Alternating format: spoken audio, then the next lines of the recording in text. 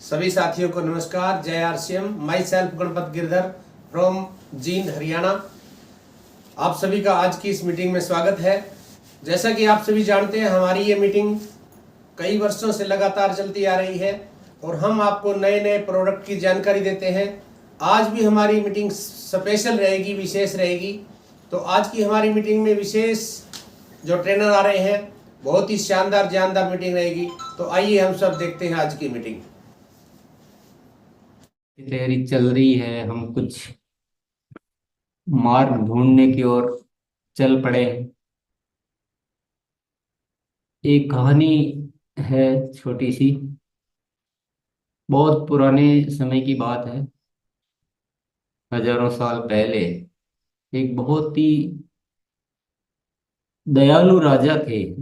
एक राज्य के राजा थे, बहुत दयालु थे। और आप जानते हैं कि पहले की जो प्रथा होती थी उसमें राजाओं के पास बहुत सारी धन संपत्ति होती थी। तो उनके पास भी बहुत धन संपत्ति थी, पर क्योंकि वो दयालु थे तो उनका मन हुआ कि मेरे राज्य में कोई भी भूखा नहीं सोना चाहिए, कोई तकलीफ में नहीं रहना चाहिए, सब लोग बड़े अच्छे से रहें। तो उन्होंने क्या है, एक भोजनशाला खोल दी कि जिसको भी जरूरत हो, जिसको जरूरत हो, जो व्यवस्था नहीं कर पा रहा हो अपने जीवन में अन्न भोजन की, वो यहाँ आकर भोजन कर सकते हैं। व्यवस्था की गई थी उनके लिए जिनके पास वास्तविक तौर पे कमी थी, अभाव था। ऐसा उनका मन हुआ। लोगों ने बड़ी प्रशंसा की, बड़ी खुशी हुई सबको। और जिनके पास था उन्होंने भी बहुत तारीफ की। हालांकि उनको तो नहीं जाना था, पर इतने अच्छे राजा के निर्णय को लेकर बड़े खुश हुए, बड़ी प्रशंसाएं हुई। और कुछ लोग जाने लगे, प्रारंभ किया भोजन करने के लिए। तो धीरे धीरे वो परिपाटी बढ़ती गई है। पहले कुछ लोग आते थे, फिर बाद में देखा कि चलो मुफ्त में तो मिल ही रहा है, मेहनत करने की क्या जरूरत है। तो थोड़ी संख्या बढ़ने लगी। सबको ही अच्छा लग रहा था, राजाओं को भी बड़ा अच्छा लग रहा था कि मैं मदद कर पा रहा हूँ, लोगों का कुछ अच्छा कर रहा हूँ। और मेरे राज्य में सभी बड़े प्रसन्न है, खुश है। फिर थोड़े दिनों में तो चलता रहा, चलता रहा। फिर किसी दिन एक सुझाव आया कि भोजन तो गरीबों को मिल रहा है, परंतु बहुत सारे गरीब ऐसे हैं जिनके पास रहने के लिए घर नहीं है, सर्दियों में ओढ़ने के लिए कंबल नहीं है। तो राजा तो दयालु थे, उन्होंने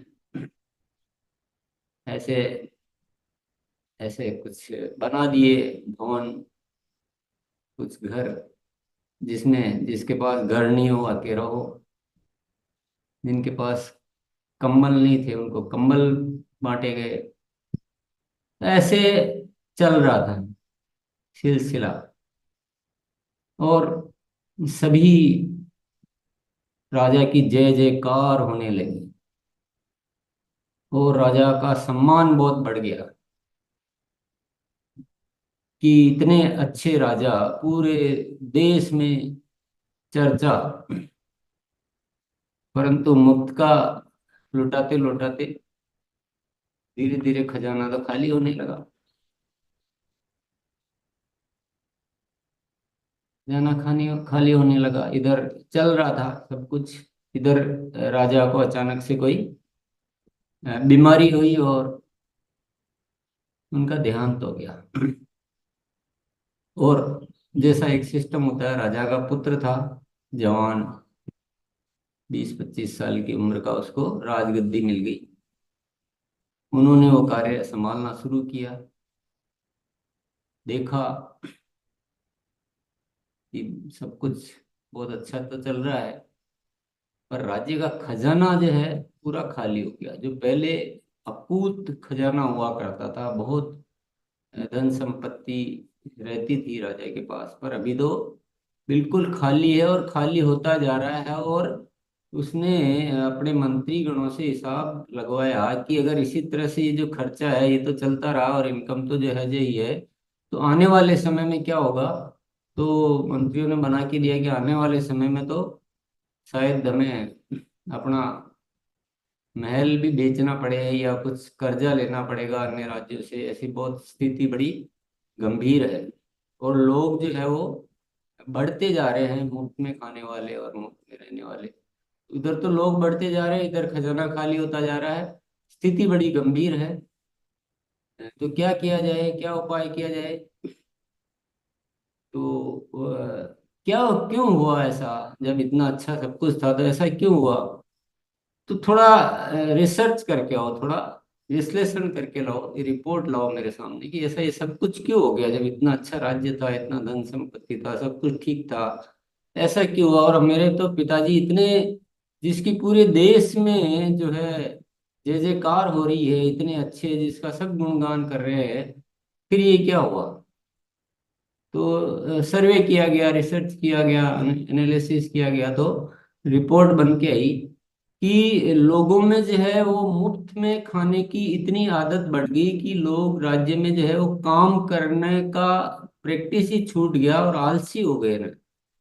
राज्य में आलसी लोगों की भरमार हो गई, मांगने की भरमार हो गई है, और सब वो ऐसा एक तो आउटपुट जो है, उत्पादकता बहुत कम हो गई राज्य की, और बहुत सारे जो है कृषि क्षेत्र खाली पड़े हुए हैं, पर वो खेती कौन करे, चलो जब मुफ्त में मिल रहा तो एक बहुत गलत कल्चर डेवलप हो चुका है, लोग समझ नहीं पा रहे हैं, और ये अंदर ही अंदर जो है देश खोखला होता जा रहा है। तो राजकुमार जो राजा बन गया था, उसको लगा कि अब क्या करना चाहिए।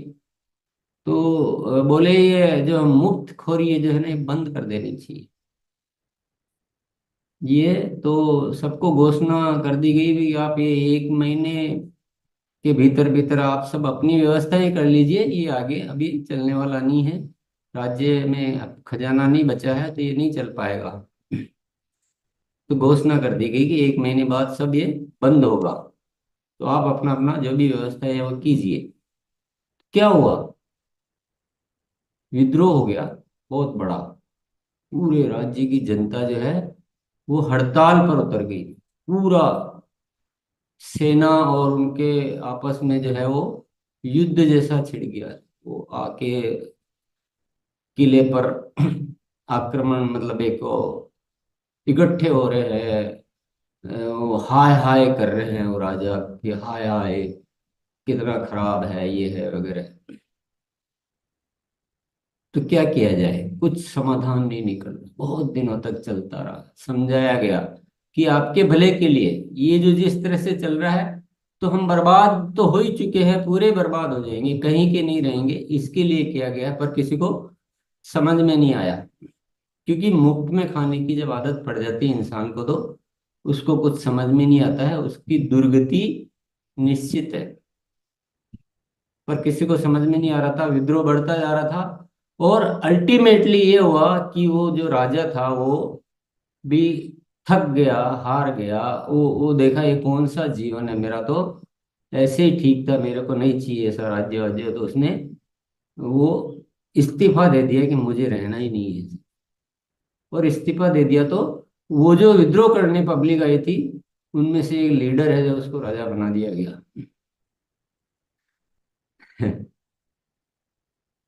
फिर फिर उसने कुछ, अब वो विद्रोही आदमी, नेगेटिव मानसिकता के, बिना सोच के आदमी जब ऐसा आते हैं, तो फिर उन्होंने सारे उल्टे सीधे डिसीजन लेना शुरू किया है। आपस में बंटवारे कर दिए गए कि एक ये वर्ग है, एक वर्ग है। टैक्स लगा दिया जनता पर बहुत सारा। तो जो दे सकते थे उन पे बहुत ज्यादा टैक्स लगा दिया, और लोगों को खुश करने के लिए, तुष्टीकरण करने के लिए उनको वापस से कुछ फ्री में देना शुरू कर दिया, और फिर अगेन वही जय जयकार होने लगी।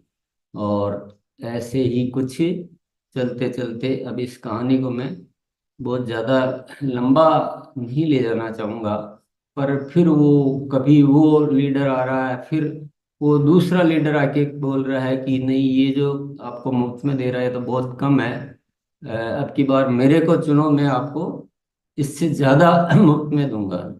ये तो केवल आपको भोजन और कंबल ही दे रहा है, मैं आपको अच्छे घर भी दूंगा, आपको मोबाइल फोन भी दूंगा, आपको मोटरसाइकिल भी दूंगा। और ऐसे ये चलते चलते चलते फिर ये सारी व्यवस्था अव्यवस्था हो गई, पूरा बर्बादी का एक वातावरण बन गया, और सब कुछ देश में लूट खसोट,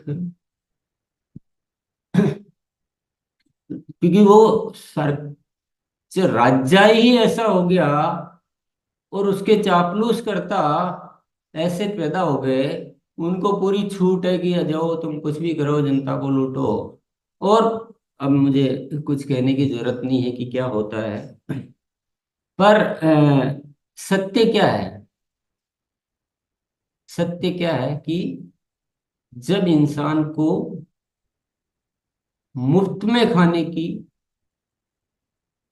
दूसरों का हक के खाने की, बिना मेहनत किए जीवन में 4 दिन भी गुजरते हैं, वो अभिशाप होता है।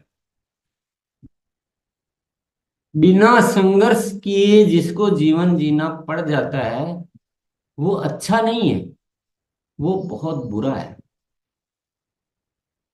तो हमारा जो एक मेंटल जो सोच है, जो मानसिकता है, वो इतनी विकृत हो जाती है कि हमारे को अच्छा बुरा कुछ समझ में आता ही नहीं। तो वो अंदर जो एक जो मन है ना, वो चोरी का मन आ जाता है, वास्तविक मन नहीं रहता। इंसान इंसान रहता ही नहीं है। और वही जो इस राज्य में हुआ कि राजा ने, तो दयालु राजा था, अच्छा कुछ समझ के किया, पर उसने अच्छा कुछ किया नहीं है हकीकत। जिसको दुनिया अच्छा समझ रही थी वो अच्छा था नहीं, जिसको वह अच्छा समझ रहा था वह अच्छा था नहीं। ये बहुत बुरा था। हमारे साथ भी यही हो रहा है। इस देश का दुर्गति जो है ना, देश की दुर्गति का कारण यही है कि हमारे साथ खेल खेला जा रहा है और हम समझ ही नहीं पा रहे हैं।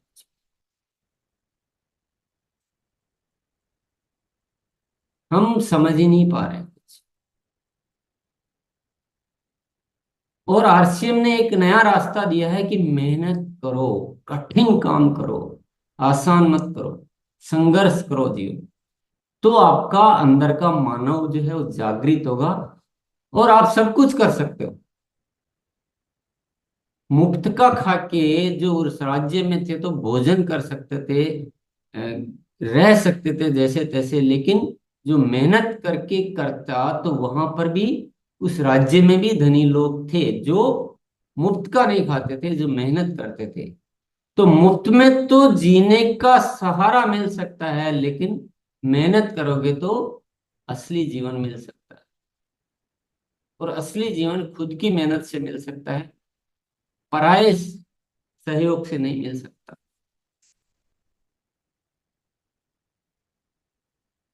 तो आरसीएम क्यों है?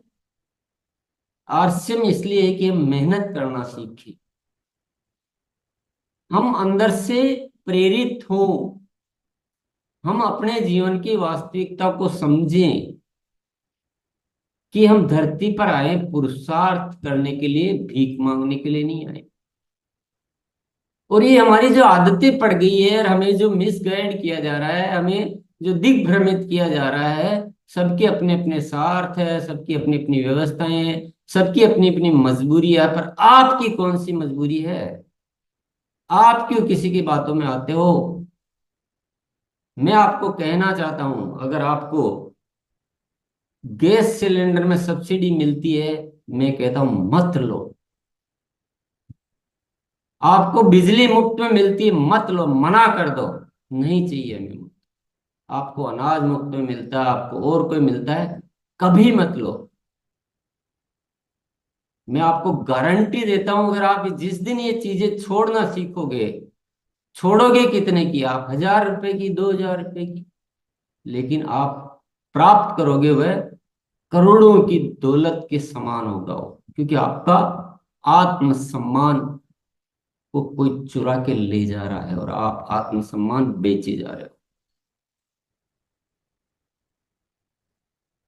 अंदर का जो असली मानव जो है ना, जो मानवता है, जो इंसानियत है, जो पुरुषार्थ है, इंसान धरती पर पुरुषार्थ करने के लिए आया है। और जिस दिन वह इंसान पुरुषार्थ करना भूल जाता है, वह चवन्नी में बिक जाता है,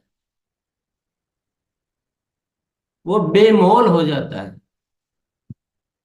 वह वस्तु बन जाता है, दूसरों के उपभोग की वस्तु। क्या यही बनाना है? यही जीवन है? नहीं। अपने आत्मसम्मान को जिंदा रखो, पुरुषार्थ को गहना मानो अपने जीवन का, और संघर्ष को उपलब्धि मानो। संघर्ष से निखार आता है। संघर्ष करना कोई बदकिस्मती नहीं है, संघर्ष करना खुशकिस्मती। और अपने बच्चों को कभी भी आसान रास्ते मत दो जिंदगी,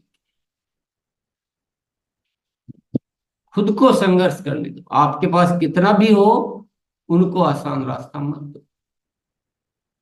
खूब उनको ऐसी स्थिति में डाल दो कि वो बिना हाथ पांव मारे उस स्थिति से बाहर ही नहीं आ पाए। ये असली देना है।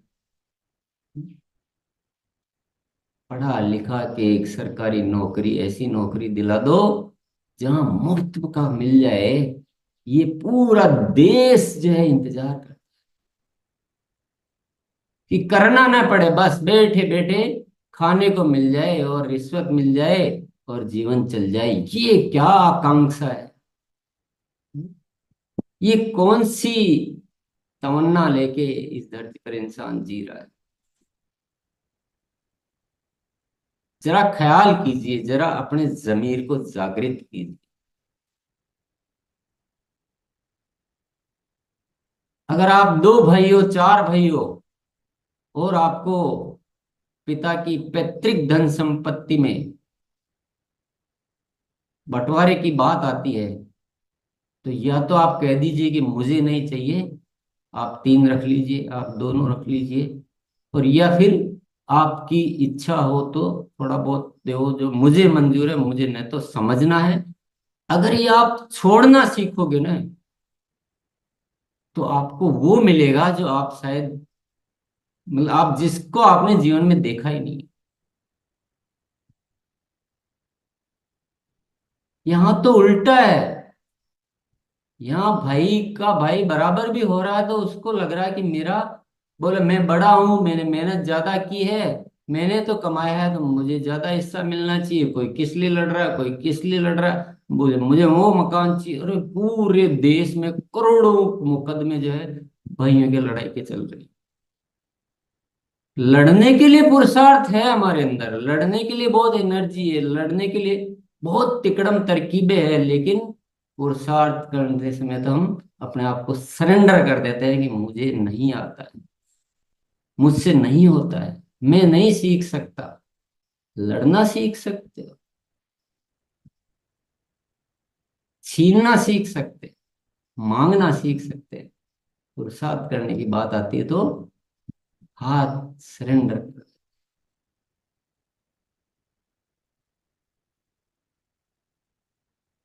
अगर आप तह में जाओगे ना, जिंदगी की तह में, तो आपको समझ में आ जाएगा कि बाहर की दुनिया में हमें गलत के अलावा कुछ मिलता ही नहीं। आप मेरी बातों को जिस नजरअंदाज तो कर देते हैं, पर इस सत्य पे आप जाके देखना, ये सत्य दुनिया का सबसे बड़ा सत्य है। हमें बिगाड़ के रख दिया, हमें कीड़े मकोड़े जैसा बना दिया इस माहौल ने, इस वातावरण ने, इस व्यवस्था ने। पर आरसीएम एक ऐसी व्यवस्था ही है जो इंसान को पुरुषार्थी बनाने को प्रेरित करता है, संघर्ष के लिए उकसाता है। यहाँ मुफ्त की बात नहीं की जाती। और आप में से जो मुफ्त की बात करते हैं वो आज से कहना छोड़ दिए। आओ जल्दी से पैसा कमाओ, आओ मैं बना दूंगा रॉयल्टी। उधर क्या कर रहा है? ये जो बातें हैं ना, ये आपकी पुरानी आदतें आ जाती है।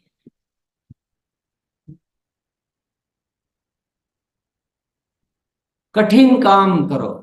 आरसिम आसान है क्या? मैं कहता हूं नहीं। सक्रियता के 21 सुनहरे नियम आसान है क्या? नहीं आसान। क्यों चाहिए आसान?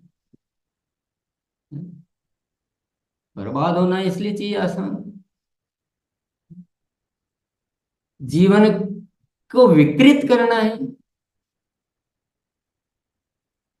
आसान कम काम करने से सड़ जाता है, ये जिंदगी सड़ जाती है। लोहे के औजार को अगर आप इस्तेमाल नहीं करो तो उस पे बड़े बड़े जंग आ जाता है, और उसके आधे हिस्से को इस्तेमाल करोगे तो आधा ठीक रहेगा, आधे पे जंग आ जाएगा। लेकिन उसका पूर्ण इस्तेमाल करोगे तो वह ऐसा चमचमाट करेगा। ये जिंदगी भी कुछ ऐसी है दोस्तों, इसका इस्तेमाल करोगे तो ये निखार आएगा इस जिंदगी में। संघर्ष करोगे तो शक्तियां जागृत होगी। कठिन काम करोगे तो सीखोगे, हर स्थिति से निपटना सीखोगे, हर स्थिति से जीतना सीखोगे।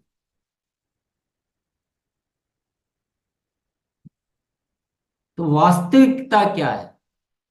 सत्य बहुत कड़वा होता है। सत्य बहुत कड़वा होता है। लेकिन आपको झूठ अच्छा लगता है तो झूठ बोलना शुरू कर दें, ये हो नहीं सकता।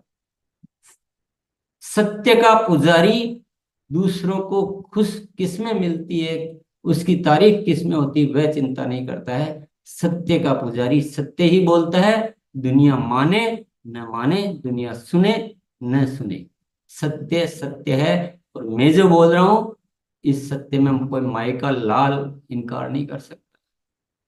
और जो भी इस देश में व्यवस्था चल रही है, जिनको हम अपने कर्णधार मान रहे हैं, जिनकी पूजाएं करते हैं, जिनको हम हीरो मानते हैं, वो किसी न किसी व्यवस्था से मजबूर है। उनको वैसा ही करना पड़ता है, पर आरसीएम मजबूर नहीं है। आरसीएम एक स्वतंत्र व्यवस्था है जो एक सत्य को लेकर आपके सामने पेश हुई है। पर मैं निरंतर ऑब्जर्व कर रहा हूं कि हम उस जिस दलदल में फंस चुके हैं, जो कमजोरियां हमने अपना ली है, उन कमजोरियों से हम निकल नहीं पा रहे। उन कमजोरियों से हम निकल नहीं पा रहे। गुरुकुल की व्यवस्था दी एक सत्य के साथ जीने का एक वातावरण बने। आप प्रतिदिन उस सत्य के साथ जिए, और वो जो पुरानी जो गलत धारणाएं, जो गलत तरीके जो हमने अपना लिए, उससे धीरे धीरे मुक्ति मिले। इसके लिए गुरुकुल की स्थापना हुई। लेकिन इतने आलस, इतने बहाने, इतनी कमजोरियां, और इतने शॉर्टकट रास्ते, इतने स्वार्थ, इतने लालच, इतनी गलत फहमियां भरी पड़ी है कि इस जो हमारे जीवन में एक जो उदय हुआ है सूर्य का, उसको समझ ही नहीं पा रही दुनिया। आप गुरुकुल को ऐसे मानते हो जैसे कोई एक सामान्य सेमिनार है, आए तो चलेगा, नहीं आए तो चल जाएगा। ये एक अद्भुत सूरज का उदय है हमारे जीवन में। इसको अगर आप मिस कर रहे हो तो आप क्या मिस कर रहे हो, इसका आकलन कीजिए आप। ये सत्य बताने वाला आपको मिलेगा नहीं कोई। हर इंसान जब बोलता है तो उसका एक ऑब्जेक्ट रहता है, एक उद्देश्य रहता है कि मेरे को तारीफ कैसे मिल सकती है। लेकिन मैं तो यहाँ तारीफ करता ही नहीं कभी किसी। मैं तो डांटता हूँ, मैं तो गलती पर टोकता हूँ।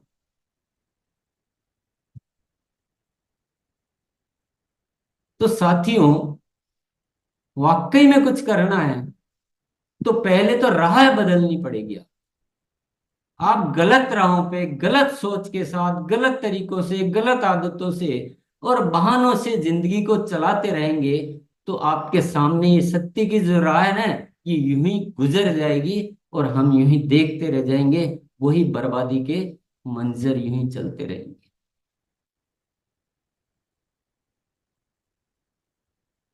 ये गुरुकुल कोई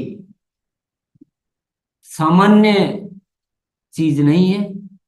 अच्छी तरह से जान लीजिए, अच्छी तरह समझ लीजिए, और फिर जो हमारे विश्लेषणों से, जो हमारी बातचीत से बार बार निकल कर आता है कि आरसीएम को रियल मायने में आरसीएम को चलाना है, जिस जो इसकी इच्छा है, जो इसकी इच्छा है, जो इसकी अभिलाषा है, जिस मकसद से ये आया है, तो हमने क्या किया?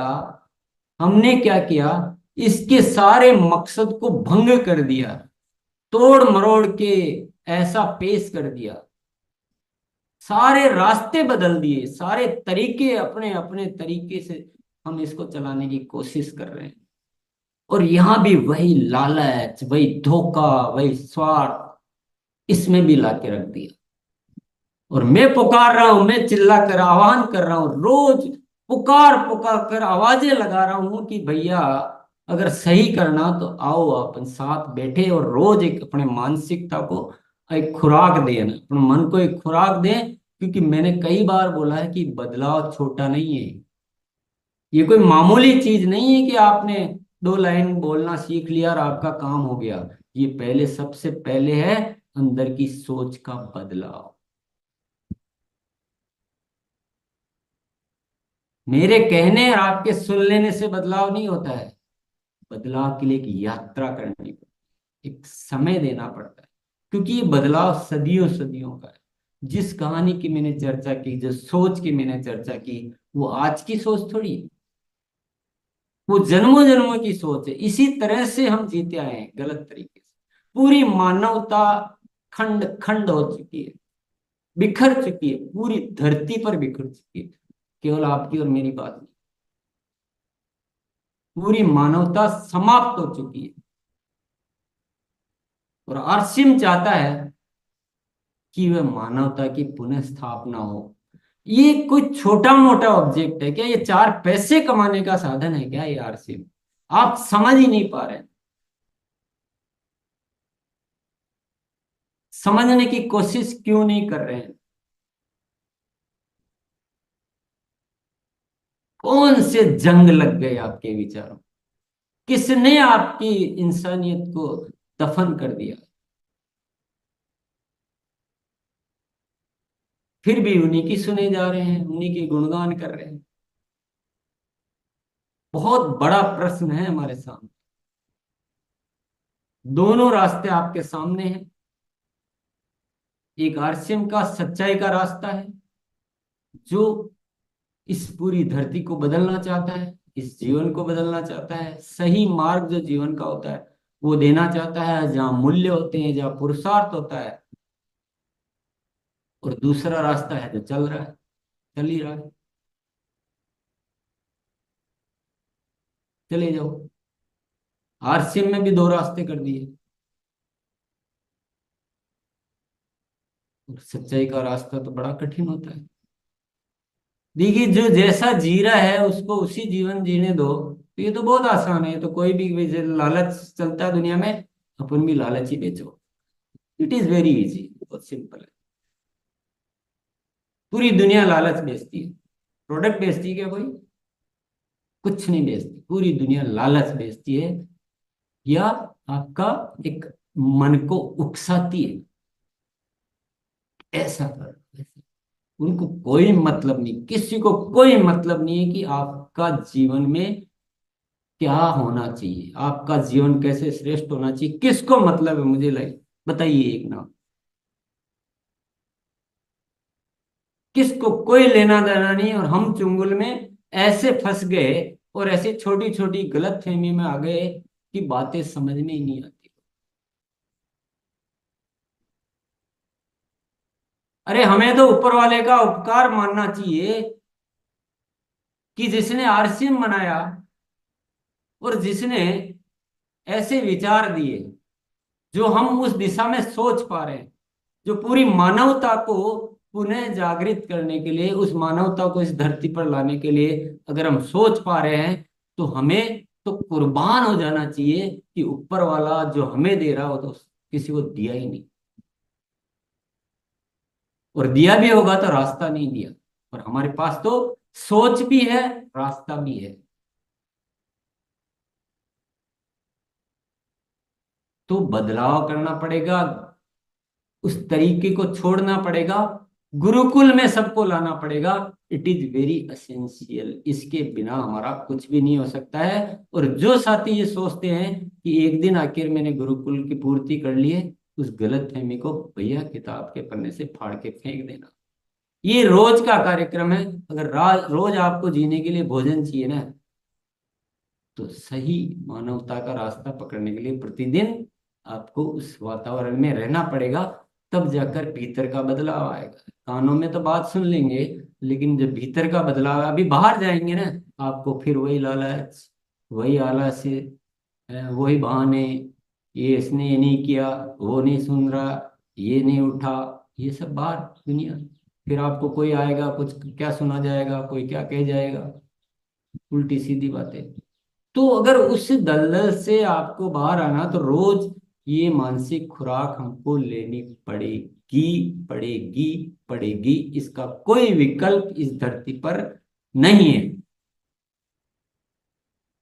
और मैं अपने भीतर स्वयं एक बदलाव देख रहा हूं, क्योंकि मुझे रोज वो मानसिक खुराक मिल, मैं आपके साथ जी रहा हूं तो मुझे सब कुछ जानने को मिल रहा है, आप लोगों की बातों से सीखने को मिलता है। हम एक दूसरे से सीखते हैं, क्योंकि हमें एक खोज में निकल पड़े कि इस नए भारत का निर्माण करना। ये नए भारत का निर्माण, ये शब्द है क्या? ये शब्द नहीं है दोस्तों, ये बहुत बड़ा अनुष्ठान है, ये रियल अनुष्ठान है। और ईश्वर की मेरे ऊपर कृपा है कि मैं शब्दों को अंदर से जीता हूं। और जिस दिन ये जो भावनाएं, और जिस दिन ये पुरुषार्थ, और ये मेहनत और संघर्ष और ये सब जो जीवन की असली वास्तविकताएं जब आने लग जाएगी आरसीएम के साथियों में, तो निश्चित तौर पे नए भारत का निर्माण होगा। लेकिन अभी जो हो रहा है, it is very very painful. ये दर्द है।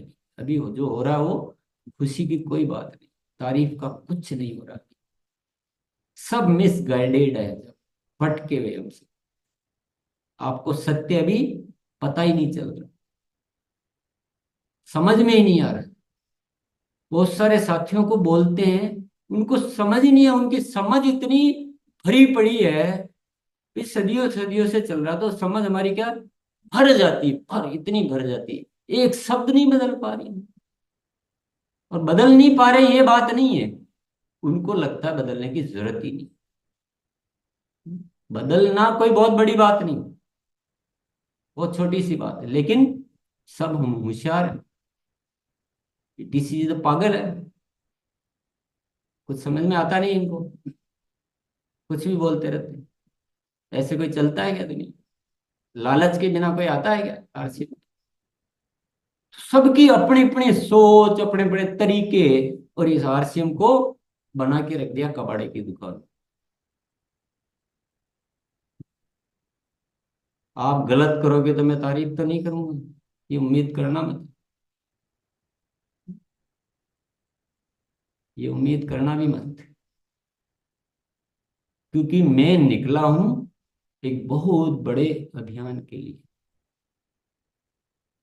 और मैं साफ साफ बोलता हूं, किसको कब समझ में आएगी, आएगी कि न आएगी, मैं उससे विचलित होने वाला नहीं हूं। मैं मेरे अभियान के प्रति 100% टू 100% पूरी तरह से समर्पित हूं। और मैं जिस रास्ते निकल पड़ा हूं मैं उसकी खोज में लगा रहूंगा।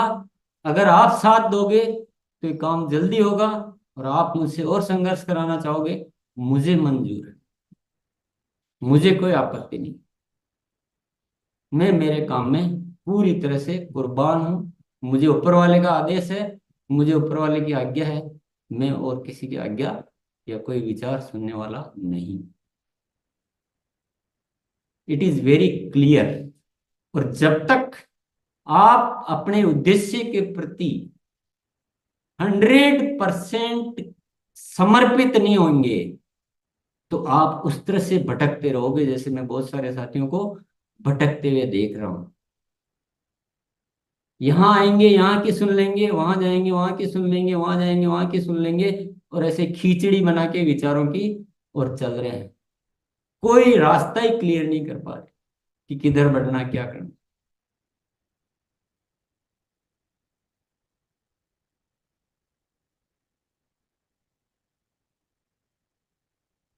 मैं जो कह रहा हूं उस पर ध्यान दीजिए, उस पर गौर कीजिए, उस पर विचार कीजिए। ये सत्य इस दुनिया में बहुत दुर्लभ सत्य है, जैसे हीरा बहुत दुर्लभ होता है। ये जो सत्य है ये बहुत दुर्लभ सत्य है। इसकी तरफ चलने का कोई रास्ता आरसीएम के अलावा कोई मिलेगा नहीं आपको, कोई नहीं मिलने वाला है। और ये एक बहुत बड़ा आशीर्वाद है ऊपर वाले का, जो ये रास्ता दिया है, ये जो थॉट दिया है, ये जो विचार दिया है, इसको समझे, अपनाए, पालन करें। चोट मारे अपने आप के ऊपर, झटके से कुछ चीजों को डिसीजन लें। नहीं तो आप ये स्लो स्पीड से देखते हैं, करते विचार करते, कुछ नहीं होने वाला है। एक झटके में जो चीज छोड़ेंगे तो वो चीज छूटेगी, अन्यथा ये जो जोंक की जैसी कमजोरियां जो चिपक गई है ना, ये छूटने वाली है नहीं। क्योंकि मैं लगातार ऑब्जर्व कर रहा हूं, मैं लगातार देख रहा हूं। हम इतने ठंडे ठंडे पड़े हैं, ठंडे ठंडे पड़े हैं। 3 महीने बाद वैसा ही, 6 महीने बाद वैसा ही। रोज आए, सुने, चले गए, डायरी लिखा, चले गए। कुछ किक नहीं मारोगे ना, बदलाव को अंगीकार नहीं करोगे, बदलाव का महत्व नहीं समझोगे, जब तक जीवन में कुछ हासिल होने वाला नहीं। और बदलाव ऐसे नहीं होते कि धीरे धीरे रे मना धीरे सब कुछ हो ही ना। बदलाव होगा, एक पल में होगा, एक एक पल में होगा। और धीरे करने की कोशिश करोगे तो जिंदगी यूं ही गुजर जाएगी। आपकी चुनाव, आपकी इच्छा, आपकी मनसा, आपके सामने एक स्वर्ग का रास्ता भी है, आपके सामने दलदल का रास्ता भी है। आप जो चुनाव करो वो आपकी इच्छा है। असत्य सुनने को आप रोज मिलेगा, बार बार मिलेगा। सत्य सुनना दुर्लभ है। बाहर की दुनिया हो चाहे हमारे बीच हो, दोनों जगह असत्य की भरमार पड़ी है, और हम पहचान नहीं पाते हैं। जैसे उस राजा की बहुत तारीफ होती थी तो न दुनिया पहचान पा रही थी, न राजा पहचान पा रहा था कि हम कर क्या रहे हैं। नरक तो हम खुद ही बना रहे हैं। अभी हमको भी ऐसा ही लगता। हमको लगता है कि कोई साथी आपको बोलता है ना कि अ, चल मेरी टीम में आ जा, तुमको कुछ नहीं करना पड़ेगा। और मैं देख, मैंने उसको भी रॉयल्टी पे बना दिया, इसकी लेग चला दिया, वो चला दिया। आपको लगता है कि ये बहुत अच्छा आदमी आया मेरे जीवन में। अरे वो तो आपको बर्बाद करने वाला आदमी। समझ ही नहीं पाते। हम इतने लालची हैं कि जब लालच हमको दिया जाता है तो हम सब कुछ भूल जाते हैं, अपना विवेक शून्य हो जाते हैं, सोच ही समाप्त हो जाती है, और हम जल्दी से आकृष्ट हो जाते हैं। 200 रुपए क्या सरकार ने मुफ्त में दे दिए, जैसे हम तो दीवाने हो गए। उनको समझ ही नहीं आ रहा है कि हमारे साथ ये हो क्या रहा है खेल। हड़ताल किस बात के लिए करनी चाहिए? इसलिए नहीं कि सरकार से कुछ मुफ्त में चाहिए। हड़ताल इस बात के लिए करना चाहिए कि सरकार मुफ्त में देना बंद करे। पर प्रैक्टिकल नहीं, नहीं हो सकता, साथ ही नहीं मिलेगा। आपको मार देंगे लोग। इसलिए चुपचाप अपने देखते जाओ, और आरसीएम के माध्यम से एक नई दुनिया का निर्माण करो। बहुत बहुत धन्यवाद। जैसा कि बहुत ही शानदार मीटिंग रही है आज की हमारी। एक बार सभी डिजिटली और फिजिकली क्लैपिंग करेंगे इनके लिए। और जैसा कि ये जो मीटिंग हम ले रहे हैं, तो अगर आपको ये अच्छी लगती है, इसके लिए आप क्लैपिंग करें, इसके लिए आप लाइक करें, शेयर करें और सब्सक्राइब करें। धन्यवाद।